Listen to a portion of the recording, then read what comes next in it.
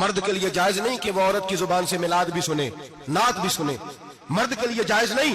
مرد کو مرد سکھائے گا، عورت سکھائے گی تو عورتوں کو سکھائے گی. بے شک آپ سویرے فتویٰ دیجئے کہ چھوٹی سی مسجد میں بیٹھ کے، چھوٹے سے کونے میں بیٹھ کے چھوٹا سا مولوی، اور وہاں تو اتنے بڑے مفتی ٹی وی پہ بیٹھے ہوئے ہیں، وہ غلط ہے تو صحیح ہے کیسے ہو گئے؟ سنو، میرے نبی پاک علیہ الصلوۃ والسلام کے مذہب کا حسن یہ ہے کہ اسلام کہتا ہے ایک نظر بی بی کو دیکھا کسی نے غلطی سے تو معافی ہو جائے گی، دوسری نظر شہوت سے دیکھا تو حرام ہے اس کے لیے، وہ پاکستان کا مولوی ہو یا سعودی عرب کا شاہ ہو، کسی کے لیے عورتوں کے بیچ پھرنا اٹھنا بیٹھنا جائز ہے؟ میرے نبی پاک صلی اللہ تعالی علیہ وسلم نے فرمایا ہے میں عورتوں سے مصافحہ کرنے نہیں آیا.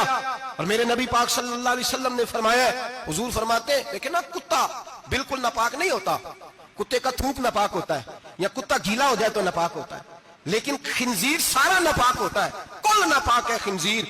نبی پاک نے فرمایا خنزیر بھی ہو اور گند میں لتھڑا ہوا بھی ہو، پیشاب میں لتھڑا ہوا ہو، گوبر میں لتھڑا ہوا ہو، پخانے اور فضلے میں لتھڑا ہوا خنزیر ہو، اس کا جسم تیرے ساتھ ٹکرا جائے تو اتنا برا نہیں جتنا غیر محرم عورت کا وجود تیرے ساتھ ٹکرا جائے تو برا ہے.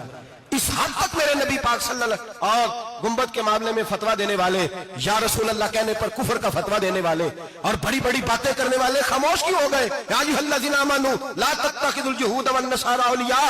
رب فرماتا ہے یہودیوں اور عیسائیوں کو دوست نہ بناؤ، یہ تمہارے دوست ہو سکتے، یہ تمہارے سجن ہو سکتے.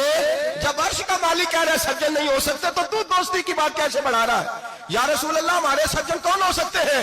فرمایا تمہارا دوست وہ ہو سکتا ہے جو محمد عربی کا غلامی کرنے والا ہو، جو رسول اللہ کی نوکری کرنا ہو دوست ہوگا. دوسرا دوست ہو سکتا کوئی ایکٹر مذہب نہیں سکھائے گا، کوئی گویہ مذہب نہیں سکھائے گا.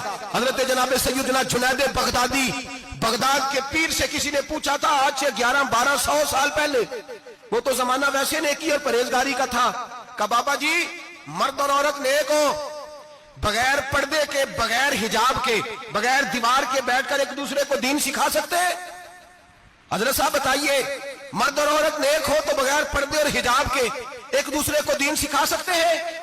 تو حضرت جنید بغدادی فرمانے لگے سکھانے والا حسن بصری ہو اور سیکھنے والی رابعہ بصری ہو تو پھر بھی بغیر پردے کے بیٹھنے کی اجازت نہیں.